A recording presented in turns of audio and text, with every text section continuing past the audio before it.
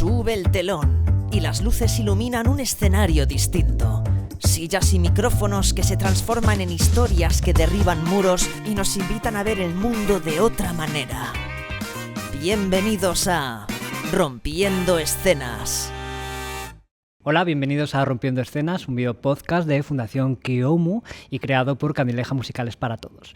Hoy nos acompaña Marta Bustos, conferenciante, escritora, y aunque ella dice que no es influencer, yo creo que tiene mucha influencia en muchísimas personas que la seguimos y que gracias a sus contenidos, a sus vídeos, vemos cómo enfrentar la adversidad con humor y con positividad. Yo creo que se te puede definir así, ¿no, Marta? Sí. ¿Cómo lo ves? Bienvenida. Muchas gracias, me ha encantado esta presentación, la verdad es que sí. ¿Cómo estás? Muy bien, con la voz un poco tomada porque vengo de salir de un resfriado, pero muy bien, estupendamente, vaya, no me puedo quejar. Bueno, muchísimas gracias. Vienes desde Barcelona, estamos en Madrid para hacer la entrevista, así que te doy las gracias de parte de todo el equipo. Por supuesto. Marta, mira, vamos al grano porque tienes una historia tan tremenda que yo creo que podemos sacar aquí muchos aprendizajes, muchas cositas. Y vi que uno de tus últimos posts que ponías en Instagram decías: hoy, 11 de junio, tu vida cambiará por completo. Todavía no lo sabes, pero esta fecha te pondrá los pelos de punta. Al igual que las sirenas de las ambulancias, hoy va a ser uno de los días más duros de tu vida, pero te aseguro que pasará. A mí cuando leí ese post se me pusieron los pelos de punta. Ya. Y dije, ostras, porque claro, yo sí que te sigo, un poco he visto tu evolución, todo lo que nos cuentas, lo que te apetece contar, porque me gusta mucho cómo llevas tus redes y me imagino que es muy difícil recrear ese día, ¿no? Pero yo creo que está bien que la gente conozca tu historia y no sé si nos podrías contar un poco qué pasó, cómo lo viviste, cómo te sentiste. Por supuesto. Sí, la verdad que he hablado de este tema 1000 veces, pero cuando estás en un ambiente o en un momento que conectas con el momento es como que se te traspapelan todos los universos, ¿no? Pues yo vivía en Estados Unidos, en Seattle, con mi pareja, y yo estaba haciendo jabón, que yo siempre he hecho muchos cosméticos, y la mezcla que estaba manipulando, que entre varias cosas llevaba sosa cáustica, pues el recipiente se sobrecalentó y explotó. Y a mí no me dio tiempo a pensar nada, no me dio tiempo a pensar ¿qué me ha pasado? ¿Mis ojos? ¿Me duele? No. O sea, el cuerpo me entró en un momento de shock, de alerta y en un estado de adrenalina brutal, que solo conoces si te pasan cosas así, tienes un accidente de coche o algo así. Y bueno, quizá cada persona es diferente, ¿no? Pero en mi caso, yo solo pensaba: Marta, respira, pero no tragues, porque claro, me había entrado en la boca, en los ojos, en la nariz, y tú ya puedes notar cuando algo no es comida y cuando algo tiene un sabor que no debería ser así, ¿no? Y nada, pues me quedé ciega prácticamente de inmediato. El tema es que se me inflamaron tanto los ojos de entrada que ya no podía ver nada. Entonces yo dije, recuerdo un pensamiento que dije, ya está. O sea, yo de ninguna manera volveré a ver. Por la sensación que sentía, ¿no? Entonces, recuerdo un antes y un después de yo ir de mi cocina a mi lavabo a tientas, que para mí fue como una Marta se muere y nace otra Marta y mi vida a partir de aquí ya no es la misma. ¿Y cómo es el momento en el que los médicos realmente te confirman, ¿no? que sí, que has perdido la vista? Más que me lo confirmen, fue al día siguiente cuando yo me desperté en el hospital, porque el primer día fue solo estabilizar al cuerpo, asegurarme de que yo no, porque me podría haber muerto, ¿no? De que no hubiera ingerido, de que no hubiera causado mucho daño en los pulmones toda la sosa cáustica, ¿no? Esta sustancia. Estabilizar los ojos, no perderlos por una subida tan alta de presión, ¿no? Entonces las primeras horas y la primera noche en el hospital fue de peli de terror, de muchísimo dolor. Fueron como 8 horas curándome, estabilizándome la piel y fatal. Entonces, claro, cuando al día siguiente me despierto, no veo nada. Pero de momento, yo noto que me arde la cara. O sea, que me podrías freír ahí 2 huevos fritos, un lomo queso, fácil. Noto que me arde la cara, me arde el pecho. O sea, me noto como si me hubiera pasado un camión por encima, pero no tengo ese dolor tan horrible del día anterior. Y digo, guau, estoy viva. Mi primer pensamiento fue, ¿cuántas cosas quiero hacer?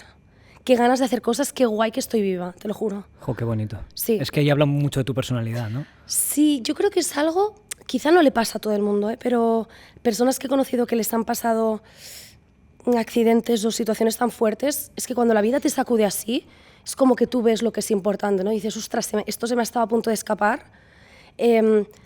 Piensas en las tonterías, lo que pensabas ayer, se me pone la carne de gallina. Piensas en las tonterías que te preocupas, en, ostras, ¿cómo me daba vergüenza hacer esto? ¿Por qué no me atreví a decir lo otro? ¡Qué tontería! Si esto, ¿a quién le importa? O sea, la vida es algo mucho mayor que eso, ¿no?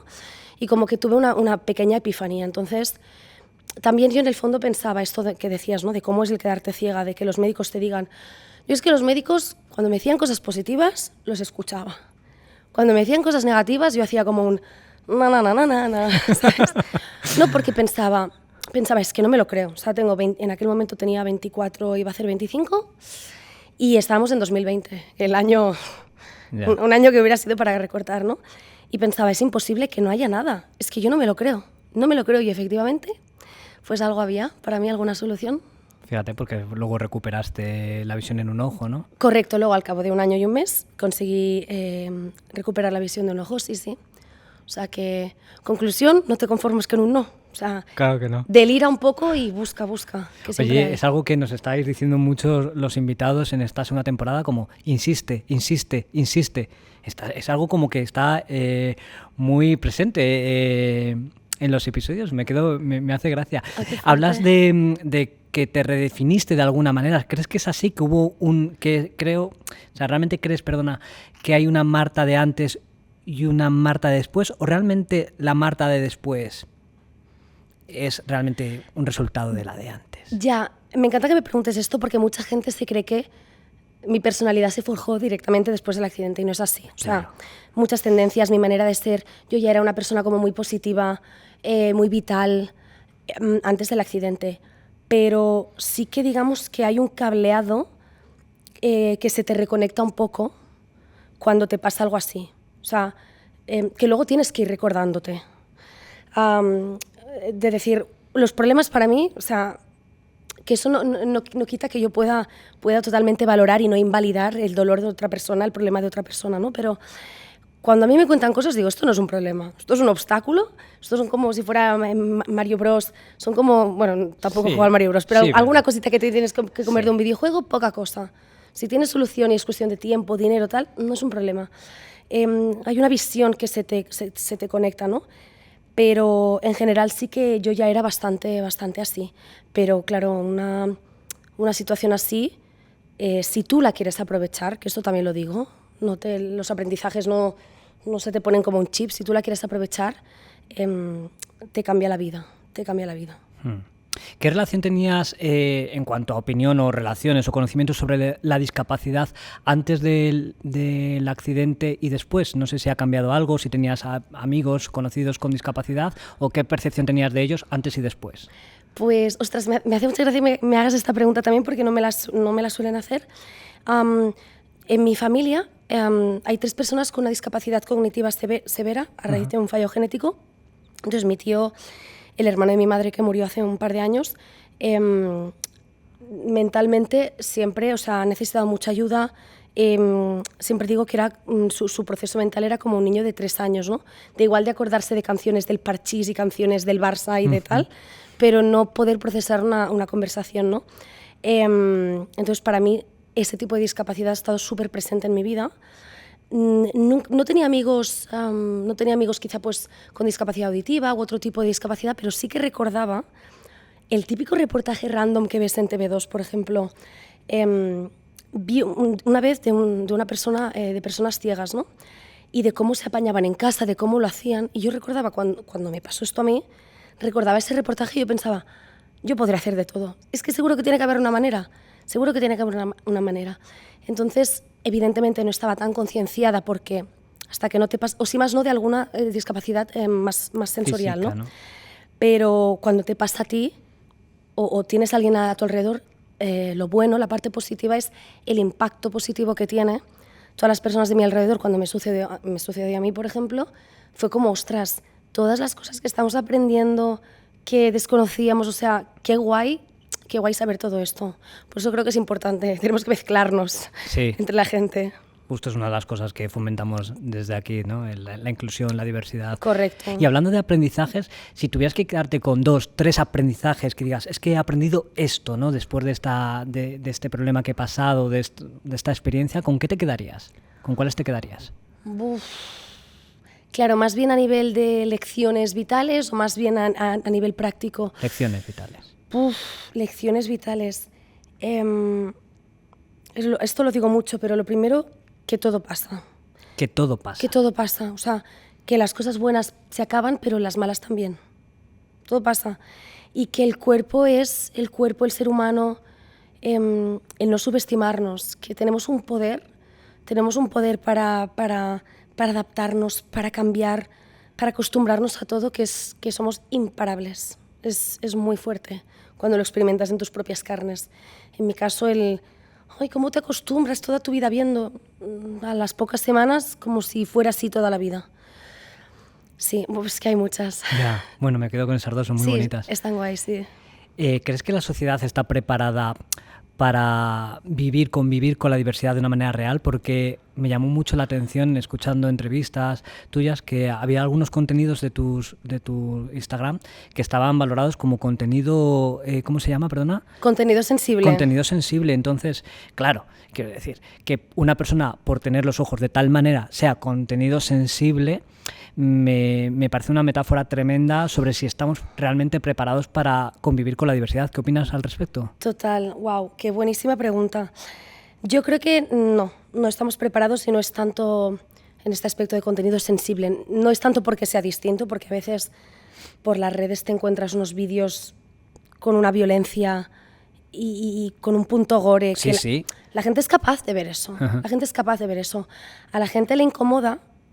Es que tampoco quiero decirlo de esta manera, ¿no? Pero le incomoda. Nosotros somos un poco, el ser humano, somos muy egoístas, por lo general, ¿no? Y siempre estamos pues mirándonos a nosotros, ¿no? Y el entender el dolor de otras personas, el entender que, por ejemplo, hasta hace no tantos años que no se implementaron leyes integrales de accesibilidad, habían millones de personas que literalmente no podían salir de sus casas, que es que no podían porque por ley no tenían esos derechos. Entonces, cuando tú como persona te planteas eso, haces ese ejercicio de reflexionar y de empatía, es doloroso, es doloroso. Entonces, estar reivindicando y estar luchando todo el rato también es muy cansado a nivel emocional. Por tanto, yo entiendo que la gente mira hacia otro lado. O sea, no está bien, pero puedo entender el porqué, ¿no? De que no es gente mala o no es gente que en realidad les da igual, pero es como muy agotador, ¿no? Entonces, por eso creo que es importante que la lucha se tome desde un punto, desde el amor, y aunque te involucre aquí a ti y a veces te enfade ver ciertos tipos de obras arquitectónicas que se jactan de ser accesibles y no lo son, y muchas cosas que no deberían ser, hay que ir poco a poco, porque así es como se cambian las cosas sin que tú te desgastes, ¿no? Entonces la gente, bueno, yo creo que lo que más importa es cambiar la conciencia social. Creo que es esto a raíz de lo que comentábamos de tener a alguien cercano, porque es cuando tú ves el dolor de una persona cercana que te haces la lucha tuya, ¿no? Si no, es como, esto no me pertenece, ¿no? Y me gustaría decir una cosa que me parece muy curiosa, que ya no sé con qué término deberíamos cambiarlo, pero fíjate tú que el término inclusión, o sea, ya implica que la sociedad te excluye. Es como que tienen que incluirte, como que ya te está diciendo, oye, que este mundo no te pertenece, ¿sabes? Entonces, el decir, ¿me explico? Sí, pero es que es una problemática tremenda sí. Cómo nombramos las cosas, ¿no? Porque hasta hace poco era discapacitados, no, ellos no son discapacitados, son personas con discapacidad. Entonces, ese pequeño cambio, hay una gran diferencia en el significado. Entonces es verdad que inclusión habla de algo que está excluido y que ya das por hecho que algo no forma parte de. Sí. Sí, es que el lenguaje llevas toda la razón, sí, es curioso. Pero es muy complicado, ¿no? Porque a modo anecdótico, el otro día escuché, que creo que se me está pirando la olla de cómo nos llamaban las personas que no teníamos que no teníamos una discapacidad, y éramos personas regulares. a las personas que no tenemos discapacidad somos personas regulares. Y entonces a mí me hizo mucha gracia que se refirieran a mí como persona regular, porque... Es como, está regulero, claro, ¿sabes? pero me gustó mucho sentir como una palabra que por decir, pues chicos, sí, eres regular, es normal, regular. Estándar, sí, pero sí. me hizo mucha gracia cómo sentí en mis carnes que una simple palabra yo no vibrara con eso, con que me llamaran persona regular. Qué Entonces bueno. me gustó tanto sentir eso, Ya. para sentir que una persona, no me llames discapacitado, porque yo soy muy capaz de hacer muchas cosas, simplemente, oye, pues no oigo, ¿sabes? Sí, sí, Entonces sí. me gustó mucho porque dije, esto es lo que se siente. Claro, de experimentarlo en tus carnes, qué bueno, me encanta. Sí, entonces es verdad que la parte de, Sí. del idioma, del vocabulario, las palabras que seleccionamos para mí son esenciales. Y es verdad que la parte de inclusión como tal en un futuro debería desaparecer y convertirse en otra cosa que diera más Sí, por hecho sí. el hecho propio de incluir, ¿no? De formar parte. Sí, pero igualmente, de momento, la realidad es que se excluye, entonces, por tanto, no... Y siempre Sí, va a haber sí. alguna diferencia de mi punto de vista, ¿no?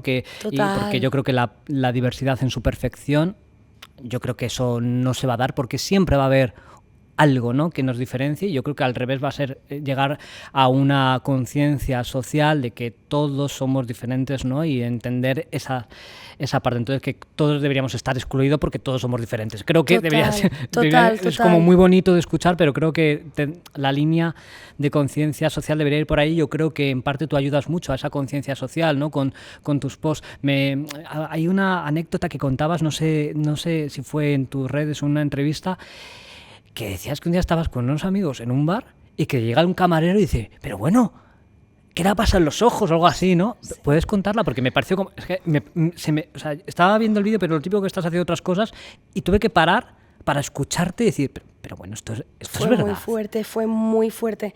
No fue un camarero, es que si fue un camarero... ¿Quién fue? Fue un random de la calle. De la calle. Estábamos en una terraza interior, yo con un amigo mío y estábamos solos. Y viene un hombre, pero así tal cual, sin decirme, hola, tal, perdona. Yo entiendo la curiosidad, yo soy una persona muy curiosa. Y cómo preguntes tú las cosas, todo se puede hablar, ¿vale? De entrada. Pero si tú no me dices ni siquiera ahora, hola, el hombre llegó, ¡ostras! ¿Qué te ha pasado en los ojos? Y yo, perdona. Y además le estaba contando a mi amigo un incidente que había tenido al día anterior en el médico, porque había ido por otra cosa y me sentí un poco observada, como un poco rata de laboratorio, por la enfermera que estaba ayudando con el tema de mis ojos, y yo iba por otra cosa. Entonces me sentí como muy violenta y le estaba contando eso a mi amigo y de repente llega esta persona, con lo cual yo estaba como con las defensas puestas, ¿no? Yeah. Y claro, el hombre dijo esto y mi amigo le dijo, oye, no, yo le dije, bueno, tuve un accidente, tal. ¿Qué accidente? Y yo, a ver, señor. Pero bueno, que parece un sketch. Claro, no, es que 100%, yo digo, es que la gente de verdad a veces, o sea, digo, madre mía, igual. Claro, digo, si te estoy diciendo que tengo un accidente, igual no quiero compartir contigo, que no te conozco, el evento más traumático de mi vida, ¿no? Obvio. Quizá no. Y yo, pues un accidente. Ostras y tal, pero me ves y tal. Y yo, sí, veo que igual, o sea, deberías callarte. Pero sí, estas cosas pasan, o voy a pagar y me quito las gafas en la caja de algún supermercado o lo que sea, y la persona, ostras, tal. Yo puedo entenderlo de un niño pequeño, pero ya ha pasado cierta edad, ostras, tenga usted un filtro. Es como, basta de comportamientos infantiles. Total, y es que hasta los niños lo tratan con más naturalidad. Pueden decir, hola, qué ojos, ostras, mira tal, y se sorprenden y lo hacen sin maldad. Sí. Pero una persona mayor, o sea, ya vamos a intentar, por eso siempre, a veces la gente me dice, tápate, ponte las gafas. Ostras, si yo me tapo, la gente no se acostumbrará a ver personas con ojos así raros, bueno, que es a lo que aspiro. Y que a lo mejor no te apetece llevar gafas siempre. O sea, es correcto, que entramos en unos juicios que yo alucino. ¿Por qué te llevó a escribir tu libro? Aprovechamos el momento publi, sí, que se vea bien. Cuando perdí mis ojos marrones. Sí, es que antes no tenía estos ojos tan chulos. Eran, marrones. Eran marrones.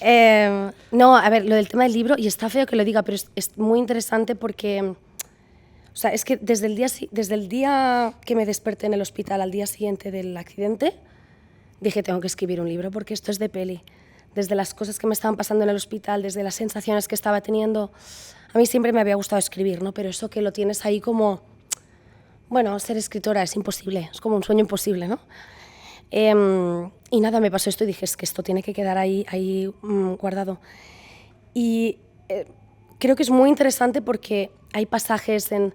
Ostras, ¿tú te has leído alguna vez un libro en el que haya, por ejemplo, una escena de sexo con una persona con una discapacidad? No, no suele pasar. O cómo anda una persona con discapacidad por la calle, con un bastón en este caso, con discapacidad visual. La gente se cree que el bastón lleva un GPS y te lleva, no. Entonces hay pasajes muy interesantes contados desde una persona que está descubriéndolo todo, ¿no? Y encima pues con un toque fresco, de humor, también hay mucha lágrima, porque sin romantizarlo, ¿no? De lo duro que es un proceso así. Entonces, más que decir una estrategia, voy a escribir un libro y tal, fue una necesidad de decir, esto tengo que contarlo. Ahora, de hecho, estoy con el segundo. ¿Segundo libro? Sí, que está medio relacionado, no puedo contar mucho, pero va a ser brutal. Entonces, leeros para que cuando salga el segundo os lo leáis también, porque... Venga, vale, deberes. Deberes, va a ser muy chulo. No, sí, tiene muy buena pinta. ¿Y cómo sí. fue el proceso de escritura? Porque me imagino que, aunque hay partes de autoficción, ¿no? ¿Cómo fue el decir, vale, me pongo aquí y voy a contar, aunque haya momentos ficcionados, porque te has tomado la licencia y me encanta, pero cómo voy a poner en palabras mi vivencia? ¿Cómo fue ese proceso? Pues fue muy interesante, porque había momentos que... O sea, salen solos. Es como, así como Instagram siempre digo que empecé porque era un poco mi basura emocional, ¿no? Yo me desahogaba ahí. Cuando me daba vergüenza contarles cosas a mi pareja o a mi familia, era como que yo lo ponía ahí. Con el libro sucedía un poco lo mismo, ¿no? Pero era curioso como luego otros momentos, era como, ostras, igual este capítulo lo he escrito en 3 horas y ahora llevo 3 semanas ahí estancada en un capítulo, ¿no? Claro, piensa de qué hablas en este capítulo, ¿no? Son cosas que te cuesta más, a las que te cuesta más enfrentarte, ¿no? Entonces fue como una especie de terapia muy curiosa, también en el tema de ejecutarlo, porque, claro, yo empecé a escribirlo cuando todavía no veía. Entonces, claro, yo primero aprendí a utilizar el móvil a los 3 meses o a los 4. Aprendí a utilizar el móvil, entonces yo me iba guardando en notitas, luego ya aprendí a utilizar el ordenador, mecanografía, tal, entonces lo tenía como todo por ahí, esparcido, hecho un desastre. ¿Cómo era, perdona que te interrumpa, era, o sea, como si fuera una máquina de escribir o era algún pequeño sistema de braille el que usabas? No, braille es que no me dio tiempo que por cierto, todo el mundo dice braille, no sé por qué nos enseñaron así. Braille. Pues es braille, sí. No, es que no me dio tiempo a aprender porque, claro, en un año... Claro, tú antes de aprender braille igual tienes que aprender a usar la vitrocerámica, a poner lavadoras, cosas más prácticas de tu día a día. No, el ordenador era un ordenador normal, con algunas marquitas en algunas letras para tú tener una referencia. Y bueno, primero aprender mecanografía, que esto era muy de antes, mi madre sabía, mi padre sabía, yo no. Y una vez lo aprendes, claro, tú ya te sabes todas las letras del teclado. Y no usas ratón, entonces tú con el ordenador usas esas teclas. Es una pasada. Bueno, no voy a decir muy difícil, el cuerpo se adapta, pero tiene otra barrera más, ¿no? Sí, es otra barrera más. Pero no, muy interesante. Entonces, claro, yo ya tenía, porque claro, el ordenador todo el rato hablando, Word, página tal, baja no sé qué. Claro, mi pareja estaba el pobre frito de todo el rato con vocecitas por la casa. Pero no, la tecnología lo ha hecho mucho más fácil para nosotros. Y nada, pues con esto fui construyendo la historia y la verdad que me lo pasé pipa, me encantó y claro, recuperas la vista y dices, ostras, todavía no hemos acabado el libro, ¿qué final le damos? ¿Dónde termina? ¡Qué bonito! Sí. O sea, recuperas la vista antes de terminar el libro. Sí. ¡Qué bonito! Sí. Que esto fue para mí un punto de inflexión porque no voy a hacer spoilers. No lo hagas. Pero el libro no termina con yo recuperando la vista porque quiero que quede muy claro que el mensaje, yo evidentemente quería recuperar la vista, quería ser lo más independiente posible, ¿no? Si a ti te dan a escoger tener una discapacidad o no tenerla, evidentemente no tenerla, porque el mundo está lleno de obstáculos, ¿no? Pero mi mensaje no quería que fuese, ¡ay, he recuperado la vista, final feliz! No. El mensaje es, la felicidad está en muchas formas y tú puedes tenerla, con vista, sin vista, en silla de ruedas, con un audífono, es igual, la felicidad está para ti. busca tú cómo encontrar la tuya. Un poco es eso. Qué bonito. La felicidad está para ti. Me encanta, es para un tatuaje, ¿eh? Ya, en entrevistas siempre, o en podcast y tal, siempre me pasa que suelto unas cosas, luego me las tendría que apuntar, siempre se me olvidan. Sí. Oye, ¿y cómo fue el proceso de aprender, que decías antes, pues a cocinar, que vino una persona de 11, un auxiliar de 11 a tu casa y te va enseñando cositas? O cuéntanos cómo es esas semanas o esos días. Pues, bueno, la verdad es un proceso de meses. Meses. Sí, es muy interesante. La verdad que la ONCE y muchas fundaciones tienen un sistema brutal. La ONCE en este caso te proporciona un equipo de 3 personas. Uh-huh. Primero, equipo psicológico, que es fantástico porque, claro, necesitas ayuda. Una persona con una formación psicológica normal igual se queda corta. Luego tienes al profesional de tiflotecnología, que tiflo es ciego en inglés, uh-huh. Por tanto es la persona que te conecta con el mundo, ¿no? Tú qué trabajas, tú qué necesitas, ¿no? El móvil, vale, pues hasta por tu edad, por tus habilidades, hasta dónde puedes llegar haciendo esto, o luego el ordenador, lo que sea que necesites. Y luego está la persona de rehabilitación, el técnico de rehabilitación, que tú qué necesitas, maquillarte, necesitas cocinar porque eres cocinero, o sea, cuáles son tus necesidades y hasta dónde podemos llegar. Entonces esta persona, pues empiezas quizá por lo más básico, ¿no? Pues a contar dinero, yo en mi caso cocinar con un template, no me sale ahora, bueno, sí, claro. Como con algunas ayudas, usar un bastón. Yo, por ejemplo, empecé a usar el bastón relativamente pronto porque yo soy culo de mal asiento, ¿no? Entonces yo me quiero ir sola, me quiero ir por aquí, me quiero tomar un vermut con mis amigas. Entonces, según lo que tú necesites, esa persona te acompaña, acabas haciendo, yo de hecho es mi amiga, esta persona ahora mismo, y te acompaña en momentos muy duros y muy frustrantes de tú salir a la calle con un bastón, comerte una señal, comerte un semáforo y que te pasen todo tipo de cosas. Es que en el libro... ¿Todo esto lo cuentas en el libro? Muchas proceso? Cosas sí, uh-huh. Otras no, porque hubiera sido muy largo. Pero es que leeroslo está gracioso, sí. Una cosa que, claro, es que hablas todo con una normalidad que es como, claro, yo lo entiendo, es tu realidad, ¿no? Pero con una positividad.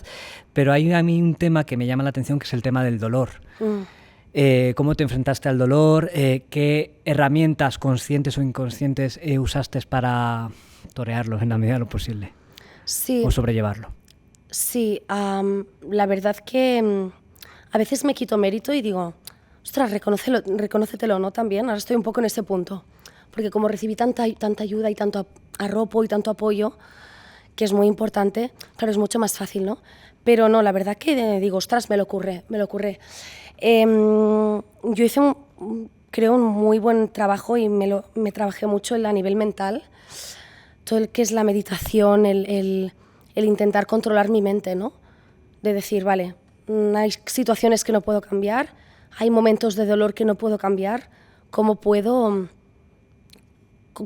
sobrevivir a esto? Porque ¿qué hago? ¿Estoy de mal humor? El estar de mal humor no me va a ayudar, si un caso va a ser peor, ¿no? Entonces a mí me ayudó muchísimo la meditación.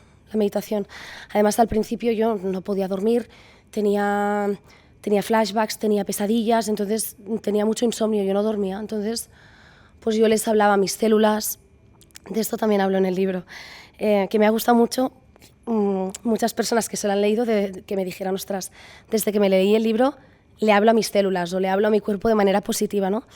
Entonces yo cuando me iba a dormir, pues yo le hablaba a mis células, ¿no? Que en aquel momento me faltaba un líquido que produjese presión y no sé qué, y necesitaba más hidratación. Pues yo les hablaba, ¿no? Gracias cuerpo, gracias células. Y con esa meditación pues vas practicando, vas entrenando a tu mente y al final eres capaz de... es muy fuerte lo que el cerebro puede hacer, ¿no? Lo que te comentaba antes. Eres capaz de a veces de estar en una situación de decir, me están pinchando una aguja de 10 kilómetros casi, y estoy aquí que puedo desconectar y me voy un segundo, ¿no? Es un poco de práctica, igual que ir al gimnasio, ¿no? Así que yo esto se lo recomiendo a todo el mundo, que no subestimen el poder que tiene la mente, eso sí, hay que practicar y hay que currárselo. Hablabas de que para ti fue muy importante el apoyo de los tuyos, ¿qué ha sido para ti? ¿Ha sido esencial? ¿Qué han sido tu familia, tus amigos, en la parte de médico? ¿Cómo ha sido ese apoyo? Ay, Marta. Pues, es que me emociona un poco pensando en todo esto. Pues a ver, yo creo que es vital tener una red de personas que te acompañen, porque aunque tú puedas ser muy fuerte y muy dura, todos necesitamos ayuda. Con, sin discapacidad, todos necesitamos ayuda, somos seres sociales, ¿no? Entonces, para mí el tener un... Ay. Por ejemplo, mis amigos, o sea, a mí me encantaban mis amigos que me hicieran sentir normal. No me trataban igual, me hacían bromas igual, evidentemente, pues estamos en un sitio que no conocemos, me acompañan al lavabo, me cuidan más, ¿no? Lo que necesito. El tratarlo con normalidad, con cariño, con amor, el querer aprender, el no sé, es que fue muy bonito. O sea, yo a veces lo pienso y digo, ostras, mi familia, mis amigos, chapó, porque a veces pienso, para mí hubiera sido más difícil casi acompañar que el vivirlo yo, ¿no? Porque digo, ostras, yo si lo vivo, yo puedo, que me echen, que yo lo aguanto, pero el acompañar a veces es muy complicado, de no querer sobrepasar o infantilizar a la persona, ¿no? Que esto a veces se peca mucho, pero quieres cuidar, ¿no? Es que no te puedo, es que lo pienso y digo, wow, lo hicieron también. Pero sí, es un proceso para todos a la vez, sí. Qué pasada. Y por ir terminando, ¿qué consejo le darías a una persona que siente que ha perdido parte de sí misma o que está pasando por algún proceso traumático o no tan traumático, ¿no? Pero que tiene esa sensación de pérdida, que ha perdido parte de su identidad? Uf, muchas cosas, pero la primera que es que nunca es tarde para empezar de nuevo, o sea, nunca. Que a veces pensamos, ostras, me ha pasado esto y ahora cómo me repongo y ahora cómo vuelvo a empezar de nuevo. Es que nunca es tarde. Y a veces nos decimos unas tonterías con 30, 40 años y hay gente empezando de nuevo con 70, 80 y que la vida tiene muchas cosas por vivir. Yo diría que aquí para hackear todo esto es el agradecimiento, que esto siempre lo digo en todas las charlas, a todas las conferencias a las que voy. El agradecimiento es cancela la infelicidad, porque cuando tú te estás quejando es porque estás nublado y no ves todo lo otro que tienes, ¿no? Y yo cada mañana, lo puedes hacer por la noche cuando te despiertes, yo cada mañana cuando me levanto, me estoy lavando los dientes o me hago la infusión, lo que sea, estoy pensando en 5 cosas al menos. Empezad por 3 si queréis, pero luego ya te faltan 5 cosas por las que tú estés agradecido, ¿no? Y esto es importante no solo por el momento, sino porque tú igual hay algún día que te levantas con dolor, cansada, has dormido mal y te cuesta más encontrar cosas, pero haces ese pequeño esfuerzo y el ejercicio, entonces ¿eso qué hace? Que tú te vayas acostumbrando, somos seres de hábitos, ¿no? Y quizás estás en un momento en el que lo estás pasando mal, no ves, o hay un obstáculo, un altercado, lo que sea, ¿no? Tu cabeza inconscientemente va a buscar la vía positiva, que a mí esto a veces me pasa con alguna amiga, me están contando un problema y mi cerebro ya busca. Digo, bueno, sí, pero si le ha pasado esto, puedo hacer tal, que a veces me callo porque digo, Marta, valida su dolor, luego ya la consuelas. Pero esto es el efecto que tiene en nuestro cuerpo, ¿no? Así que la vida tiene cosas fantásticas por las que vivir, es simplemente un trabajo poco a poco y tú ir practicándolo. La felicidad se practica. La felicidad se practica. Has dicho dime una, te he dicho 4. No, está bien, está muy bien. La felicidad se practica. Marta, mira, como sabes, estamos lanzando preguntas que os hacen los invitados y Miguel Ángel Olivares ha lanzado una, que es un melón. A ver. Pero a mí me parece súper interesante. Dices, ¿tendrías una pareja trans? Hablando sobre diversidad, que es el tema que estaba tratando él. ¿Tendrías una pareja trans? Claro. Claro, para ti. Sí, no, por supuesto, al final... Sí. O sea, es que ni te lo planteas que eso pueda ser un problema. Tendría una pareja que me atrayese, punto. O sea, para mí el atractivo, no sé, los humanos no somos jarrones, no sé cómo decirte. Que tú digas, la gente que dice, bueno, tú puedes tener tus gustos o tu tipo. Por ejemplo, para mí lo que me hace atractivo a una persona es su olor, su piel. Sí, no, claro, que me atrajera y que conectásemos, sí, no. Es que conviertes abrir un melón en una pasa, ¿no? Con tu respuesta, qué maravilla. ¡Ay, qué mono! No, sí, a ver, sí que podría ser un melón, claro. Pero es que no lo es, realmente. Claro, yo también, es que como soy bisexual, sí que entiendo que igual pudiera haber una persona que diga, pues yo tengo esta preferencia, yo tal. Pues mira, claramente yo no lo sabía, pero él ha dicho a una persona heterosexual.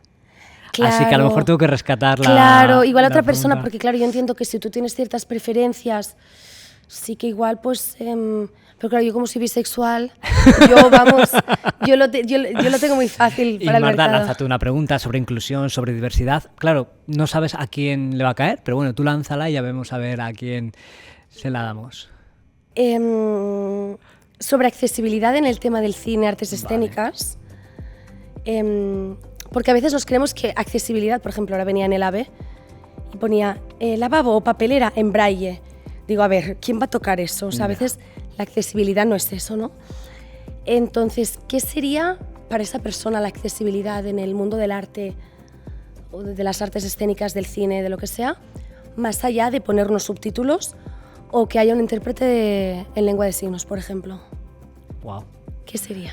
¿Qué sería? Bueno, pues nada, me apunto la Sí. pregunta. ¿Te gusta? ¿Está bien? Me gusta muchísimo. De hecho, me toca reflexionar sobre eso porque nosotros también estamos trabajando en medidas de accesibilidad en artes escénicas y el ir más allá, el cuestionarnos ir más allá me parece muy, muy interesante.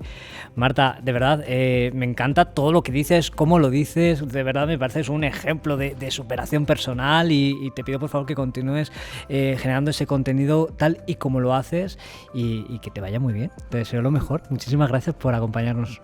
Gracias a ti por este ratito tan bueno, por estas preguntas tan interesantes y sobre todo por estos proyectos, por cambiar conciencias, por poner todo esto en marcha, porque es así como se cambian las cosas. O sea que gracias de verdad. Muchas gracias.